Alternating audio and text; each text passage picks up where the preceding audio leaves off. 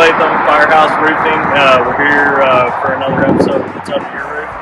Today we've chosen to come to Samee's Pizza Getti, and we're going to walk in here and sit down and talk with Samee and let him tell you a little bit about himself and what they do here.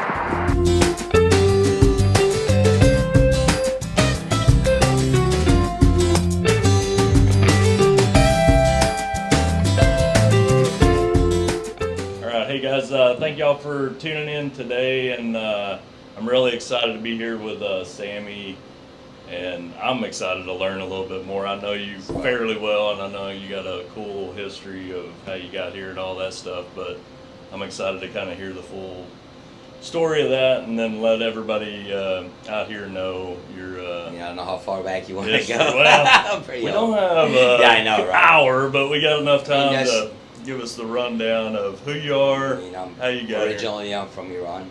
I was born in Tehran, Middle East. Moved here in 1982. Couldn't speak any English. Came here with my mom and my little brother, and we kind of had to escape to get here, and then get a visa to come here, and then apply for a green card and all that. So we all came for that piece of American pie, piece of American dream. So we just wanted a better life. There was, I remember the universities and everything was closed in Iran, so there was no future. So my dad sold everything to get us out. So got us out, we got here. I was in California for about 8 or 9 months, and then I moved to Texas and just loved the people here. So until about 2001, moved to Rockwall. Been working in the restaurant business since I was 15, and so met my wife Molly actually working at Applebee's. She's working at Applebee's, and then we kind of had our son Cameron, which is second year in college now. So back then he was 1 year old. The apartment was getting too small, so we were looking for a home where we could call home. I remember coming across the lake and telling Molly, going, "Oh, this is a good place, we can once a year get out there, get out on the lake," and it seemed like real homey feeling. And then so I transferred to the Applebee's over here, and started working, bartending, serving the community. Fell in love with the place, made a lot of friends, and friendship is basically was my thing. The community is amazing. So just throughout the years, no matter where I bartended or where I wait tables, they followed me, and just kept connecting with the community. And was that 30 years? Yeah, I always want to have my own place. Yeah. So never had the means to do so. So finally, my last job, I think I was at Agave for about 4 years, bartended and bar managed there, and then after that, kind of grace of God. There's another story to it. It's just to take too long to tell, but really was just grace of God. Just everything fell through, came together, came across this place. Everybody told me I won't make it here. The place was too old, too dumb. No, this place existed for before you came along. 20 semi years, yeah. Really? Yeah, the original owners, they sold it to their waitress. They had 3 locations. Each location they sold individually. They had a waitress named Dolores. I've been working with them since 16. So great lady. I got to meet her. Anyway, she and her sister ran it for a long time. It was part of the community. A lot of my regulars, my customers, they're either played ball and they came here after a game, or they worked here as a kid. So there's a lot of history behind it. So when I came in, unfortunately, by the time I got in, the place wasn't doing so good. She already sold it. Somebody else already had it for about 4 years, and the place was pretty dead. So, but I like the feel of it. I like the fact of it was homey. I knew I could do better, and I love the pizza. The pizza was great. It's just everything else I didn't like. So I figured if I bring my own style of cooking, my own style of service, keep the pizza semi the same, but more fresher products, because they weren't doing as much business, so their stuff wasn't as fresh. So we just changed that a little bit, and then I bartended here for years, so I had a lot of following and customers and friends that they wanted to support. So yeah, we came in 8 years ago and took over this place. I still remember the day before we took over. Me and Molly came here, sat in the bar. I think it was like 3 customers came here the entire day, for like the entire night. We were here for like 5 hours. And I remember she looked at me, she goes, "Are you sure about this?" And I go, "Yeah." And Yeah, so it was Pizza Getti, and Yeah. then when you took it over, it became Samee's Pizza Getti. Well, yeah, we were gonna do Sammy's. We were gonna just change the name and everything. Thank God I didn't. I realized that because of all those memories, once you change the name of the place, you take away part of the community. And this has been a part of this community forever. People had Yeah. memories in here, and I didn't want to take that away. So yeah, we start calling it Sammy's Pizza Getti. So that way, there's still a Pizza Getti. People still remember it. People still remember their memories and all that. So I didn't want to take that away. I didn't want to be that guy. Gotcha. And so I guess just for time's sake, because Yeah. I know you got, me and you could sit here all day long. Yeah, but you true got, that, true But so you took over. I'm sure it took a little while. You got it built back up and running. Everything's running great. And how did, because you've been doing awesome. How did all this stuff affect you when the COVID kind of stuff hit? And Probably the hardest part of my life. yeah, Not because of, my to-go business is only 10% of my business. So, 4 lines to answer the phone, all that kind of stuff. So it's about 10 to 15%. Most of my business is dine-in and bar, and but the to-go and delivery about 15%. So, try to do your 100% of your business through 15% is kind of like try to put a 5-gallon water through a straw. That's where this came in. That's where that's where my faith. Yeah, I thought I knew 8 months ago what faith was. Having faith. I thought I knew, but I had no idea. Totally letting it go. So I remember there was a lot of stuff that happened in the community and a lot of stuff that happened that came to the COVID that it got it to the point where, I'm sitting here and I'm wondering, okay, am I gonna afford a payroll? And I don't want to lay these guys off, and I don't want to cut their hours because, a lot of the kitchen people in any restaurant business, they don't qualify for all the stuff that was given out. yeah, So they would be hurting. So I'm gonna keep it as much as we can. So there's only so much you can do. So there were days where you sit down and you just go, okay, I'm about to lose everything if I don't make a decision now. So I realize I'm relying on myself to make the decision. yeah, And all I need to worry about is how to change the way I've done things for 35 years. And I tell people all the time, I was like, I thought I knew everything about this business, but there's nothing you could have taught me, and I was wrong. So when we came in, I just realized going home telling Molly, and I'm like, okay, I think we need to change the way we do things, change the way we think. I'm tired of worrying. I'm tired of being up every night worrying about, okay, am I gonna make the payroll? Am I gonna make a payment to the vendors? Is the place gonna be open tomorrow? And realize if it closes, I gave it everything I have. yeah. And then no regrets. So I'm just gonna give it everything I got and let God handle it. And it just turned and it worked. And community came together. This community is amazing. I couldn't, imagine, we talked before, I know, Yeah, I couldn't imagine living anywhere else, but this community mainly, loyalty and love and the support, they realized what position I was in, and they came through to go deliveries or whatever it was, and it wasn't easy. Probably the first month my staff could tell you don't want to be around me because I was Yeah. gung ho. Yeah, When you get to the point where you're about to lose everything, you wait 30 years to get somewhere, and then 30 years you're there. And I remember, and I gotta say this, like, it was really through grace of God. If I tell you this story, it'd be amazing. But I wouldn't be here if it wasn't for Him. So once you get here, you realize, okay, I did it for 30 years. I deserve this. It's all about me. And then you did it, or you realize, okay, wait a second. This is actually a vessel to do what should really make you happy, which is put back in the community, give back to people, help people. And that's why my sales are up. It's not nothing to do with me. So then once you get there, and when you get where you're at now, then you realize, okay, He had my back 8 years ago. He had my back all through the years. He'll have my back through the 8 months. So when that happened, we just relied on Him. I didn't worry about anything. I just came in, and we didn't do great, but we get to the point where everything came in, went out, we broke even. So we were able to keep. That's one of my biggest, probably, what I'm proud of is we didn't lay anybody off. We didn't cut any hours. We just kept plugging. We didn't make any money, but the light's still on, so that's good. Still here. And you came up with the faith over fear. Molly did. Molly did. So what happened on this is there's a guy named Raul Ramirez. He's with RRC T. He does all my T-shirts, all my uniforms. He came up to me and said, "Hey, I'm in halt because he does all school uniforms. He does all that stuff." He goes, "My business is absolute halt.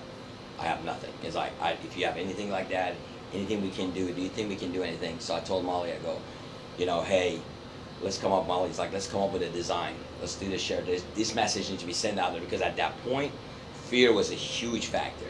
Nobody wanted to leave. Nobody wanted to do anything. Nobody tried. There was no mask or anything. So everybody was so afraid of what's about to happen, the unknown.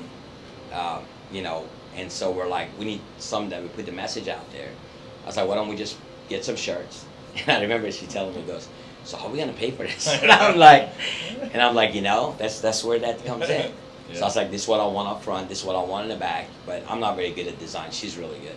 Yeah. So she's like, so I remember back and forth, they were texting each other. I'm in the middle of the thing, I'm trying to keep the place going, and I'm like, okay, y'all gotta quit putting me in mistakes. So she's sending out, so together they came up with this design, and I loved it. Yeah. And I'm like, okay, so first thing we're gonna do, we're gonna change the uniforms. So everybody gotta wear a uniform like that. We're gonna start selling the shirts and help them out as much as we can. So we brought the shirts in, we start selling the shirts, and then there was a yard sign keepers press that is local. So we're like, okay, they do yard signs, we can get some of these yard signs out and help their business as well. We didn't make a single penny out of it, so everything that came in went out. So then Raul came in and said, okay, you're saving me and I want to give back. So why don't you do all this? And that was the thing. They're like, okay, so how can we do? And I told Molly, I was like, when you stress the most, that's what I do, is you lose yourself in good work. People, community work or helping people or, so I'm like, that's what we need to do. We need to concentrate on that. So I told him, I said, okay, well, if we can make a couple of bucks out of each shirt, so to pay for the food costs of what we give back to the community, that would allow me to do more. Yeah. So we start hitting, elderly places. We start hitting, because they were the one that were cooped up, because they were the most at risk at the time. So we start doing frontliners, nurses, police officers, and then you get that good feeling. You forget what you're going through. Mm-hmm. You absolutely forget what you're going through. Yeah. So you just, God's work. It just happens. I can't explain it. It just happened. Yeah. I like it, man. I know it spread through the community well, and when you're going through hard times like that, where, like you said, man, nobody knows. The unknown is the fear, and so a lot of times those positive messages and stuff, man, it hits everybody right where they need it, and so and that's I commend you for that. And people see the shirts and they're like, yes, we need to start relying more on our faith and less on our fear, and that was it for me. I needed a reminder every day that, hey, this is the time where and to be able to rely on that faith. And that's why I told you I didn't know what it meant like. Yeah. I've never, until 8 months ago, absolutely let go and just let him handle it. Yeah, I think that's when you see it the most. When you hit rock bottom, or there's nothing physically you can do to change the place you're in, and that's where faith really now, I'm not shines. Perfect by any means. Yeah. I'll be lying to you if I say I didn't lose it at least about 100 times through the time and thought it wasn't going to happen. And, I'm not perfect by any means, but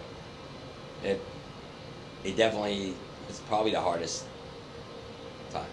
So one of the things I've seen that you've started doing is the What's for Dinner Tonight little video series stuff. So how did you come up with that? What's that all about? So when that happened, when everything was going down, and I realized, okay, am I giving it all? What do I need to do? I need to start taking outside the boxes and everything. I was like, okay, what do people not know about Pizza Getti? They know about the pizza, but they don't know about the other side of the menu. So let's start creating menu, creating items, we just got to get innovative. We got to do so. I remember the first couple of videos I did, my entire staff were laughing at me. I was like, cook this, give me these 3 items, bring this in, put the shirts on. I was like, we're going to start doing these videos called What's for Dinner Tonight. And that's what we're going to do every day, because I got to make sure at the end of the day, once I shut down, once I lose everything, I want to make sure I said, okay, I gave it all. I didn't just sit back and just let it take me over. So we started doing these videos. At the beginning, they were all laughing, but then after a while, the second and third and fourth, I would miss a day, and everybody would text me, "Hey, you okay? I didn't see the video. What's for dinner tonight?" And it became a thing. Yeah. And next thing I know, I was gonna call them competitors, but all my friends, they're all doing it. Everybody's doing a video now. So we're like, "Well, wait a second." I was like, so it was funny. So I started telling my son. My son was the one that, he helped me out a lot. My first son, and he, I came home from college, so he was in there. I was trying to teach him how to really run the place, so we really went through it together. And I remember him telling me, he goes, "That's the craziest thing." So every time I see somebody do a video, I show him, I say, "See, look at this, everybody's doing it now." Yeah. So that's what we did. We did that. We start creating, so people are really into keto these days. So we start doing some keto items because, obviously pizza's on the other side of the venue, so try to get more people to come in. And then we start doing, doing the items, actually showing it, cooking it. Now, you gotta understand, you're going through a time where you barely can afford anything. So being able to afford into that food, even that 2 or 3 dish every day, is a cost. Yeah. But the way it came in is we had it and then let the employees eat it. And once it came in, and we're able to advertise the shirts, so we're able to help that other side of it. And just the menu and the items came up, and it was like, oh my God, I had no idea you had these products, or you had these kind of pastas, or you cooked this kind of food. So I thought it was just pizza. So that created a lot of new revenue.